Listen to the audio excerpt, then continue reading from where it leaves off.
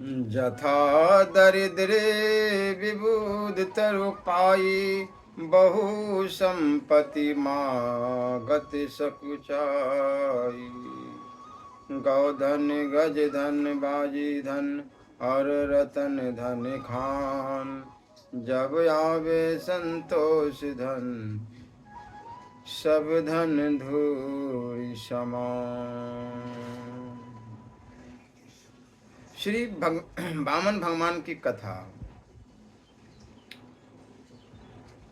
भगवान की कृपा से ही देवताओं की विजय हुई। स्वर्ग के सिंहासन पर इंद्र का अभिषेक हुआ, परंतु अपनी विजय के गर्व में देवता लोग भगवान को भूल गए, विषय परायण हो गए।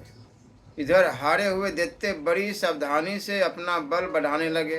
वे गुरु शुक्राचार्य जी के साथ साथ समस्त भृगुवंशी ब्राह्मणों की सेवा करने लगे, जिससे प्रभावशाली भृगुवंशी अत्यंत प्रसन्न हुए और दैत्यराज बलि से उन्होंने विश्वजित यज्ञ कराया।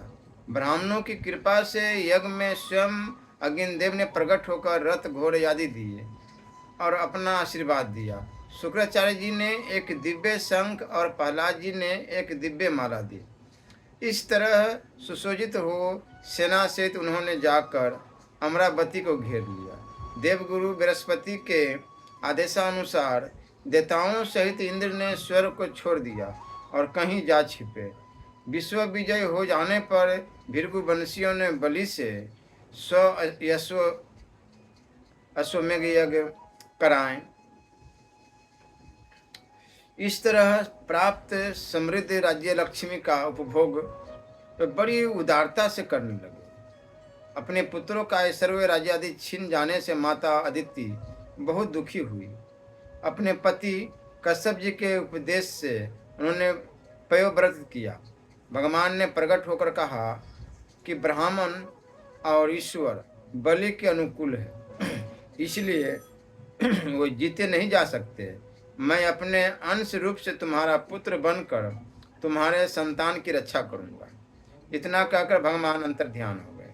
फिर भाद्रपद शुक्ल द्वादशी को मध्याह्न काल में अभिजित मुहूर्त में भगवान विष्णु महर्षि कश्यप के अंश द्वारा अदिति के गर्भ से प्रकट हुए और कश्यप अदिति के देखते देखते उसी शरीर से वामन ब्रह्मचारी का रूप धारण कर लिया, ठीक वैसी जैसे कोई नट अपना भेष बदल ले। भगवान को वामन ब्रह्मचारी के रूप में देखकर ब्रह्म ऋषियों को बड़ा आनंद हुआ। उन लोगों ने कश्यप प्रजापति को आगे करके उनके जातकर्म आदि संस्कार करवाए। जब उनका उपनयन संस्कार होने लगा तब सूर्यदेव ने उन्हें गायत्री का उपदेश दिया। बृहस्पति ने एगो पवित्र और कश्यप ने मेखला दी। पृथ्वी ने कृष्ण मृग चम्र, बृहस्पतियों के स्वामी चंद्रमा ने दंड, माता अदिति ने कौपीन और उत्तरीय वस्त्र, आकाश के अभिमानी देवता ने छत्र, ब्रह्मा ने कमंडलू, सप्तऋषियों ने कुश और सरस्वती ने रुद्राक्ष की माला समर्पित की। कुबेर ने भिक्षा पात्र और साक्षात जगत माता अन्नपूर्णा ने भिक्षा दी। इस प्रकार उनकी ब्रह्मचर्य दीक्षा पूर्ण हुई। उसी समय भगवान ने सुना कि सब प्रकार की सामग्रियों से संपन्न यशस्वी बलि भृगुवंशी ब्राह्मणों के आदेशानुसार बहुत से अश्वमेध यज्ञ कर रहे हैं। तब उन्होंने वहां के लिए यात्रा की। राजा बलि नर्मदा नदी के उत्तर तट पर भृगु कच्छ नामक क्षेत्र में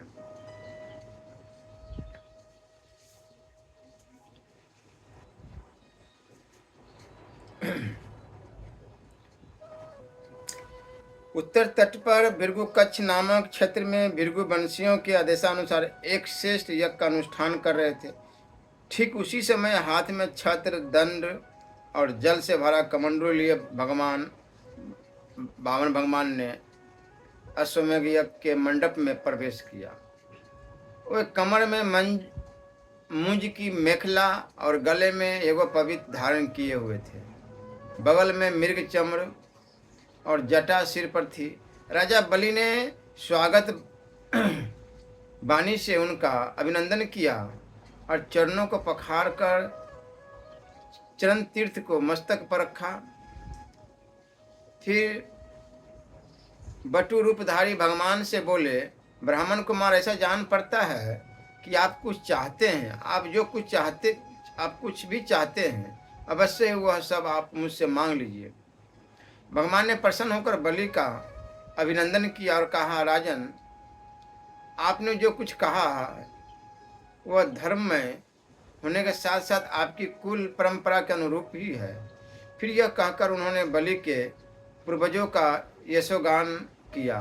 बलि के पिता विरोचन की उदारता, पितामह प्रहलाद की भक्ति निष्ठा और परम पितामह हिरण्यकश्यप हिरण्याक्ष के अमित पराक्रम की प्रशंसा की और बोले, मैं केवल अपने डग से 3 डग पृथ्वी चाहता हूँ। बलि जी हंसने लगे। यथा दरिद्र विबुधित रूपाई, बहु संपत्ति मांगत संकुचाई। वही हाल आपका है।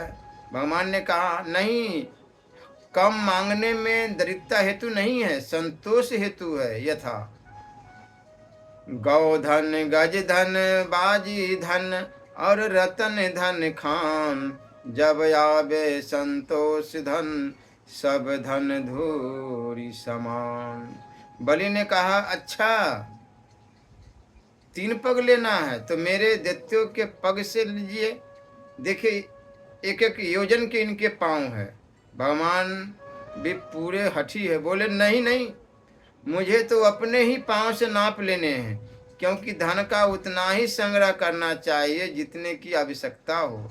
जो ब्राह्मण स्वयं प्राप्त वस्तु से संतोष कर लेता है, उसके तेज की वृद्धि होती है, नहीं तो पतन हो जाता है। शुक्राचार्य जी के बहुत समझाने पर भी कि ये बटु रूपधारी तुम्हारे शत्रु भगवान विष्णु हैं, ये सब छीनने के लिए आए हैं। अपनी जीविका छीनती देख असत्य बोलकर उसकी रक्षा करना निंदनीय नहीं है। राजा ने असत्य बोलना देने को कहकर फिर नकार जाना स्वीकार न किया। तब शुक्राचार्य जी ने बलि को राज्य भ्रष्ट होने का शाप दे दिया।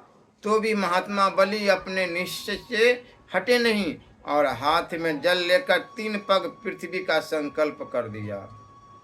संकल्प होते ही भगवान का वामन रूप बढ़ते बढ़ते इतना बढ़ा कि भगवान की इंद्रियों में और शरीर में सभी चराचर प्राणियों का दर्शन होने लगा।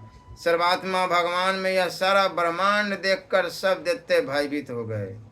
उन्होंने एक डग से बलि की सारी पृथ्वी नाप ली, शरीर से नभ और भुजाओं से सभी दिशाएं घेर ली। दूसरे पग से स्वर्ग नाप लिया। तीसरा पग रखने के लिए बलि की कोई भी वस्तु न बची। भगवान का दूसरा पग ही ऊपर को जाता हुआ महरलोक, जनलोक और तपलोक से भी ऊपर सत्यलोक में पहुंच गया। श्री ब्रह्मा जी ने विश्वरूप भगवान के ऊपर उठे हुए चरण का अर्ध पाद से पूजन और प्रक्षालन किया। ब्रह्मा के कमंडलू का वही जल विश्वरूप भगवान के पद प्रक्षालन से पवित्र होने के कारण गंगा जी के रूप में परिणित हो गया। बलि के सेनापतियों ने यह जानकर कि यह भिक्षुक ब्रह्मचारी तो हम लोगों का बेड़ी है, जो अपने को छिपाकर देवताओं का काम करना चाहता है, और राजा तो यज्ञ में दीक्षित होने से कुछ कहेंगे नहीं। वामन भगवान पर अस्त्र चलाया पर भगवत पार्षदों ने उन्हें खदेड़ा। बलि ने दैत्यों को समझा बुझा कर लड़ाई करने से रोक दिया। भगवान का इशारा पाकर गरुड़ ने वरुण पास से बलि को बांध दिया। तत्पश्चात भगवान बलि से बोले, 2 पग में तो मैंने तुम्हारी सब पृथ्वी और सब लोगों को नाप लिया। तुम्हारी प्रतिज्ञा पूरी न होने से अब तुम नरक भोगोगे। इत्यादि रीति से वामन भगवान ने बहुत तिरस्कार किया, परंतु राजा बलि धैर्य से विचलित न हुए। उन्होंने बड़ा ही सुंदर उत्तर दिया, प्रभु, मैं आपसे एक बात पूछता हूँ, धन बड़ा है कि धनी? भगवान ने कहा, चूंकि धन धनी के अधीन रहता है, इसलिए धनी धन से बड़ा है। बलि जी ने कहा, प्रभु आपने मेरा धन तो 2 पग में नाप लिया है, रही 1 पग की बात, सो वह पग अब आप मेरे सिर पर रख दीजिए। यद्यपि हूं तो मैं 2 पग से भी अधिक, परंतु एक ही पग में मैं आपके चरणों में आत्मसमर्पण करता हूँ। भगवान बहुत प्रसन्न होकर ब्रह्मा जी से बोले, मैं जिस पर बहुत प्रसन्न होता हूँ उसका धन छीन लिया करता हूँ। मैंने इसका धन छीन लिया, राजपद से अलग कर दिया, तरह तरह के आक्षेप किए, शत्रुओं ने इसे बांध लिया, भाई बंधु छोड़कर चले गए, इतनी यातनाएं इसे भोगनी पड़ी, यहाँ तक कि इसके गुरुदेव ने भी इसे शाप दे दिया। परंतु इस ढूंढ बढ़ती ने प्रतिज्ञा नहीं छोड़ी। मैंने इससे छल भरी बातें की, मन में छल रखकर धर्मोपदेश किया, परंतु इस सत्यवादी ने अपना धर्म न छोड़ा। फिर राजा बलि को सुतल लोक में रहने की आज्ञा दी और अपूर्व वर दिए। राजा बलि के आप द्वारपाल बन गए। इस तरह भगवान वामन ने बलि से स्वर्ग का राज्य लेकर इंद्र को देकर अदिति की कामना पूर्ण की और स्वयं उपेंद्र बनकर सारे जगत का शासन करने लगे। बोलो बावन भगवान की जय।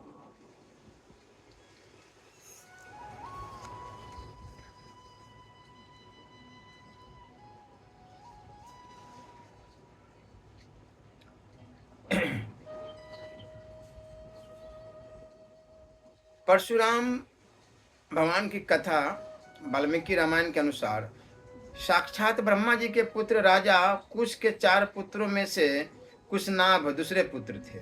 राजा कुशनाभ ने पुत्र प्राप्ति के लिए पुत्रष्टि यज्ञ किया, जिसके फलस्वरूप गाधी नामक परम धर्मात्मा पुत्र हुआ। राजा गाधी के एक सत्यवती नाम की कन्या थी, जो महर्षि रचिक को ब्याही गई। एक बार सत्यवती और सत्यवती की माता ने रचिक जी के पास पुत्र कामना से जाकर उसके लिए प्रार्थना की। रचिक ने 2 चरु सत्यवती को दिए और बता दिया कि यह तुम्हारे लिए है और यह तुम्हारी माँ के लिए है, इनका तुम यथोचित उपयोग करना। यह कहकर वे स्नान को चले गए। उपयोग करने के समय माता ने कहा, बेटी, सभी लोग अपने ही लिए सबसे अधिक गुणवान पुत्र चाहते हैं। अपनी पत्नी के भाई के गुणों में किसी की विशेष रुचि नहीं होती, अतः तू अपना चरु मुझे दे दे और मेरा तू ले ले। तो क्योंकि मेरे पुत्र को तो संपूर्ण भूमंडल का पालन करना होगा और ब्राह्मण कुमारों को तो बल, वीर्य तथा संपत्ति आदि से लेना देना ही क्या है।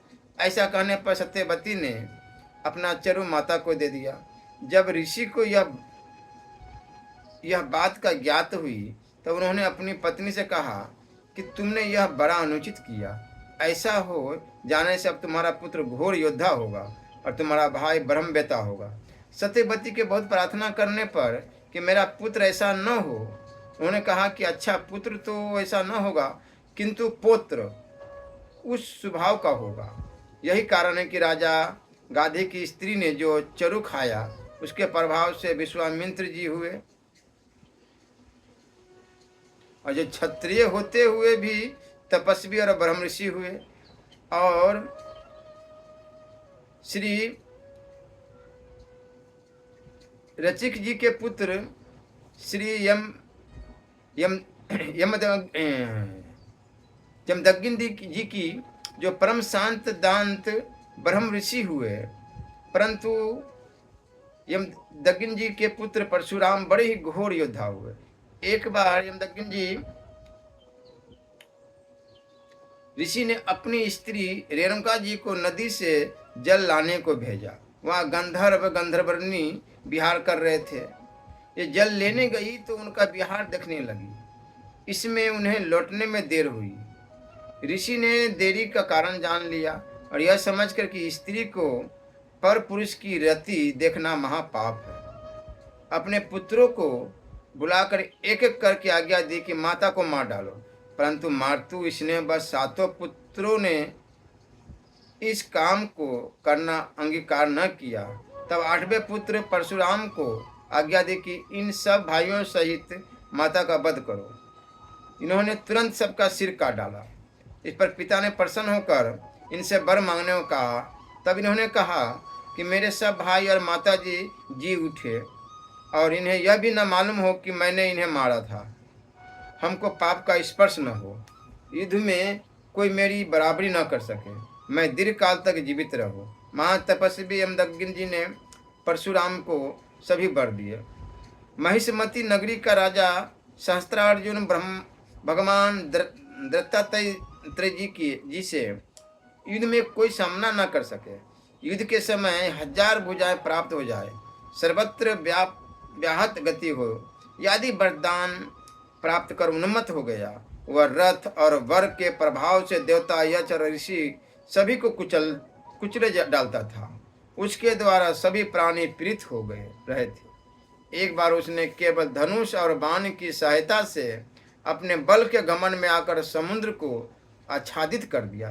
तब समुद्र ने प्रकट होकर उसके आगे मस्तक झुकाया और हाथ जोड़कर कहा, वीरवर बोलो, मैं तुम्हारी किस आज्ञा का पालन करूं? उसने कहा, यदि कहीं मेरे समान धनुधर वीर मौजूद हो जो युद्ध में मेरा मुकाबला कर सके तो उसका पता बताओ, फिर मैं तुझे छोड़कर चला जाऊंगा। तब समुद्र ने कहा, महर्षि यमदग्नि जी के पुत्र परशुराम युद्ध में तुम्हारा अच्छा सत्कार कर सकते हैं, तुम वही जाओ। यह सुनकर यही सुनकर राजा ने वहीं जाने का निश्चय किया। अपनी अक्षोहिणी सेना सहित राजा सहस्त्रार्जुन श्री यमदग्नि ऋषि के आश्रम पर पहुंचे। ऋषि ने इनका यथोचित आतिथ्य सत्कार किया, जिससे वह चकित हो गया कि वनवासी के पास ऐसा ऐश्वर्य कहाँ से आया। यह मालूम होने पर कि यह सब कामधेनु की महिमा है, उसने मुनि से गौ मांगी। न देने पर जबरदस्ती उसे छीन लिया और मुनि के प्राण भी ले लिए। उस समय परशुराम जी घर पर नहीं थे। घर पर आने पर उन्होंने माता को विलाप करते पाया। कारण जानने पर उन्होंने पृथ्वी को निक्षत्रिय करने का संकल्प कर लिया।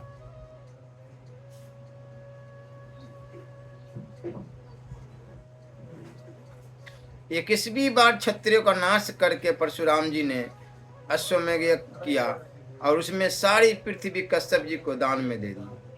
पृथ्वी क्षत्रियों से सर्वथा रहित न हो जाए, इस अभिप्राय से कश्यप जी ने उनसे कहा, अब यह पृथ्वी हमारी हो चुकी, अब तुम दक्षिण समुद्र की ओर चले जाओ। चूंकि परशुराम जी के पूर्वजों ने भी यह संसार कार्य अनुचित कहकर परशुराम जी को इससे निर्वृत्त होने का अनुरोध किया था और कश्यप जी ने भी पृथ्वी छोड़ देने को कहा। अतः परशुराम जी दक्षिण समुद्र की ओर ही चले गए। समुद्र ने अपने अंतर्गत स्थित महेंद्राचल पर इनको स्थान दिया। श्री परशुराम जी कल्पांत अस्थाई है। किसी किसी भाग्यशाली पुण्यात्मा को उनके दर्शन भी हो जाते हैं।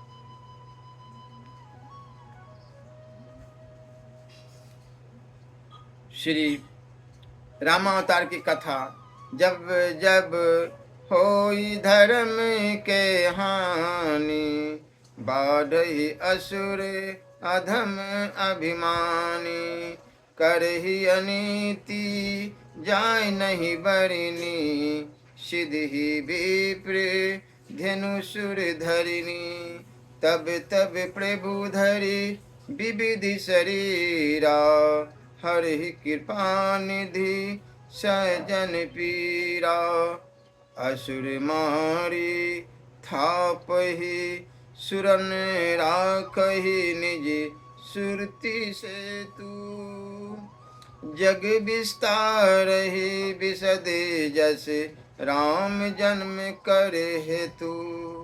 अपनी इस प्रतिज्ञा के अनुसार अकारण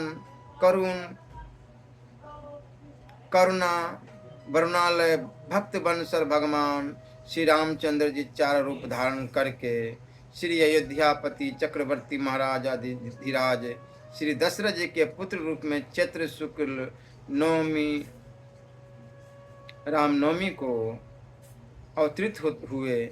महारानी श्री कौशल्या जी की कुक्षी से श्री राम, श्री कैकेयी जी की कुक्षी से श्री भरत, श्री सुमित्रा जी की कुक्षी से श्री लक्ष्मण और श्री शत्रुघ्न प्रकट हुए। यथा समय जात कर्म नामकरण चूड़ाकरण यज्ञोपवीत आदि संस्कार सानंद संपन्न हुए। श्री राम किशोर अवस्था में प्रवेश करते हैं। जेहि विधि सुखी होई पुर लोगा, करिहि कृपा निधि सोई संजोगा। आयसु मागी करहि पुर काजा, देखी चरित हर्षई मन राजा।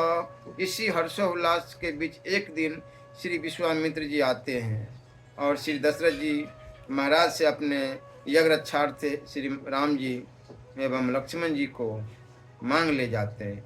यज्ञ में विघ्न डालने वाले तारका, मारीच, सुबाहु आदि असंख्य राक्षसों का सहज ही श्री राम और लक्ष्मण ने वध कर डाला। यज्ञ निर्विघ्न समाप्त हुआ।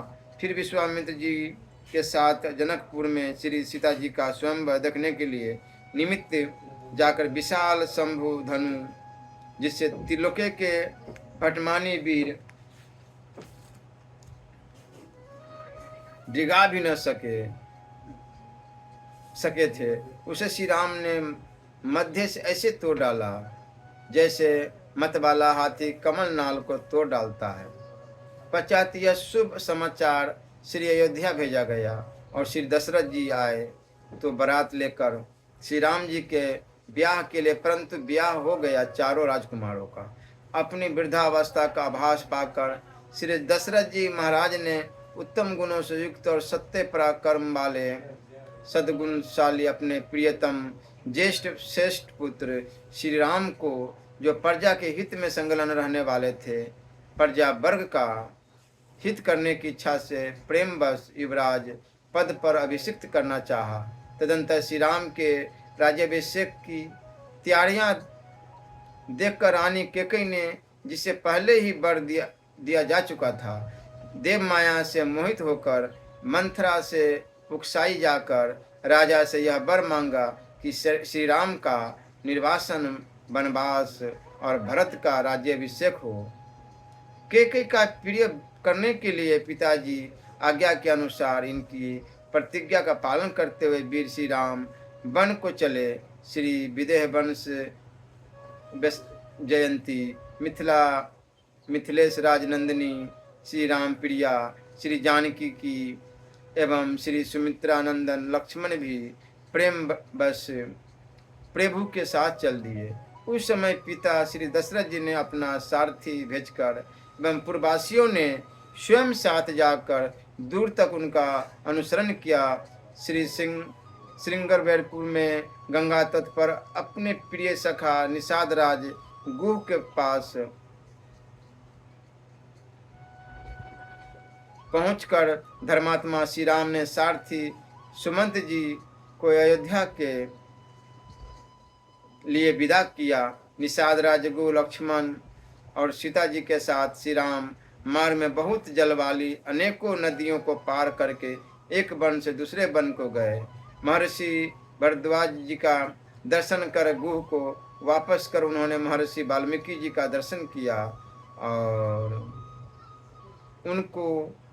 उनकी आज्ञा से चित्रकूट पहुंचकर वहां वे तीनों देवता और गंधर्वों के समान वन में नाना प्रकार की लीलाएं करते हुए एक रमणीय पर्णकुटी बनाकर उसमें सानंद रहने लगे।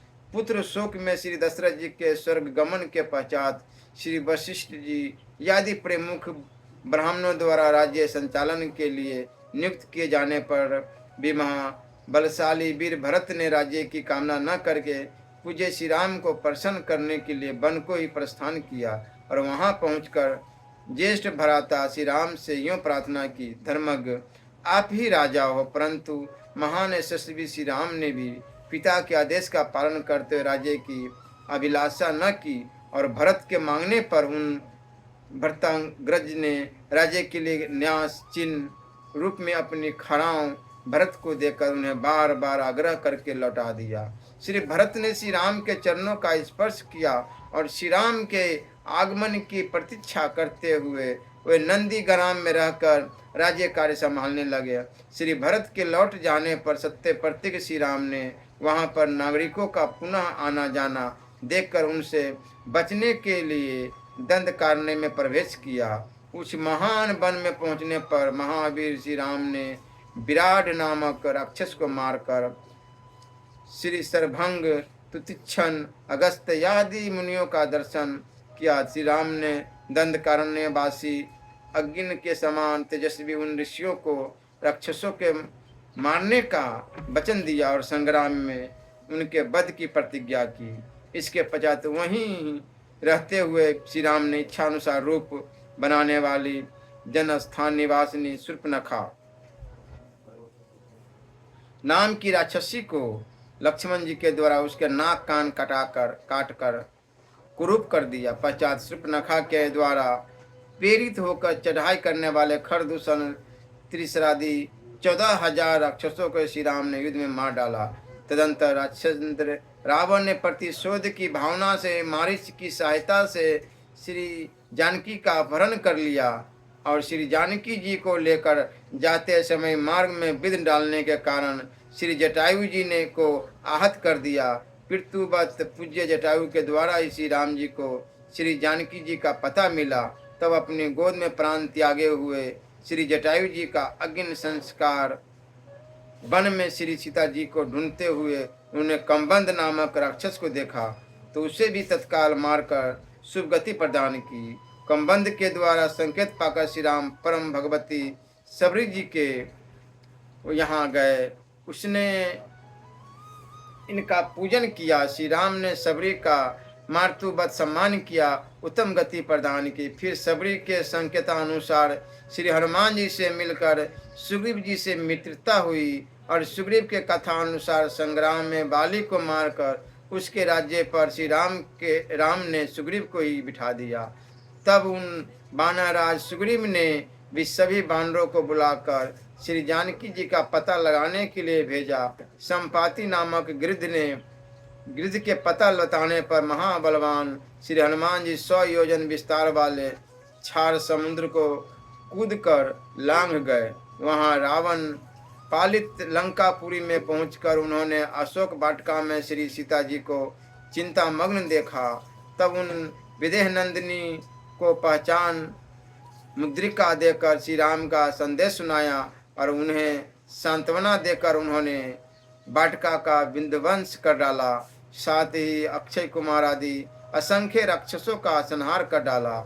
इसके बाद में वे जानबूझकर पकड़ में आ गए। श्री ब्रह्मा जी के वरदान से अपने को ब्रह्मफांस से छुटा हुआ जानकर भी वीर हनुमान जी ने अपने को बांधने वाले उन राक्षसों का अपराध स्वेच्छा अनुसार सह लिया। तत्पश्चात मिथिलेश कुमारी सीता के स्थान के अतिरिक्त समस्त लंका को जलाकर महाकपि श्री हनुमान जी श्री राम को प्रिय संदेश सुनाने के लिए लंका से लौट आए और श्री राम जी की प्रदक्षिणा कर श्री जानकी जी का पता बताया।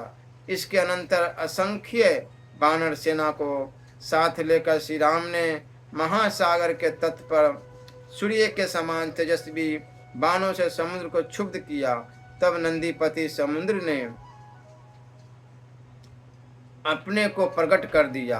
फिर समुद्र के ही कहने से श्री राम ने नल नील से पुल का निर्माण कराया। उसी पुल से लंकापुरी में जाकर रावण को सदल बल मारकर भगवान राम ने श्री जानकी जी को प्राप्त किया।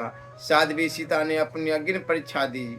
इसके बाद अग्नि के कहने से श्री राम ने श्री सीता को निष्कलंक माना।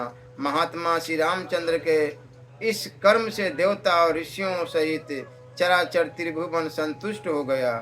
फिर सभी देवताओं से पूजित होकर श्री राम बहुत प्रसन्न हुए और राक्षस राज विभीषण जी को लंका के राज्य पर अभिषिक्त करके तथा स्वयं देवताओं से वर पाकर और मरे हुए वानरों को जीवन दिलाकर अपने सभी साथियों के साथ पुष्पक विमान पर चढ़कर अयोध्या के लिए प्रस्थान हुए। भरद्वाज मुनि के आश्रम पर पहुंचकर सबको आराम देने वाले सत्य पराक्रमी श्री राम ने भरत के पास हनुमान जी को भेजा। पुनः श्री हनुमान जी से श्री अवध का समाचार पाकर भरद्वाज आश्रम से अयोध्या के लिए प्रस्थान हुए। श्री अयोध्या पहुंचकर श्री अवध वासियों के उमड़ते हुए अनुराग को देखकर अमित रूप प्रगटे तेहि काला जथा जोग मिले सब ही कृपाला। पश्चात श्री वशिष्ठ जी के आदेशानुसार शुभ घड़ी में श्री राम भद्रजु राज्य सिंहासन आदि हुए। श्री राम जी के सिंहासन पर बैठते ही त्रिलोक के परम आनंदित हो गया। भगवान श्री राम ने सुदीर्घ काल तक पृथ्वी पर राज्य को आदर्श माना और अभूतपूर्व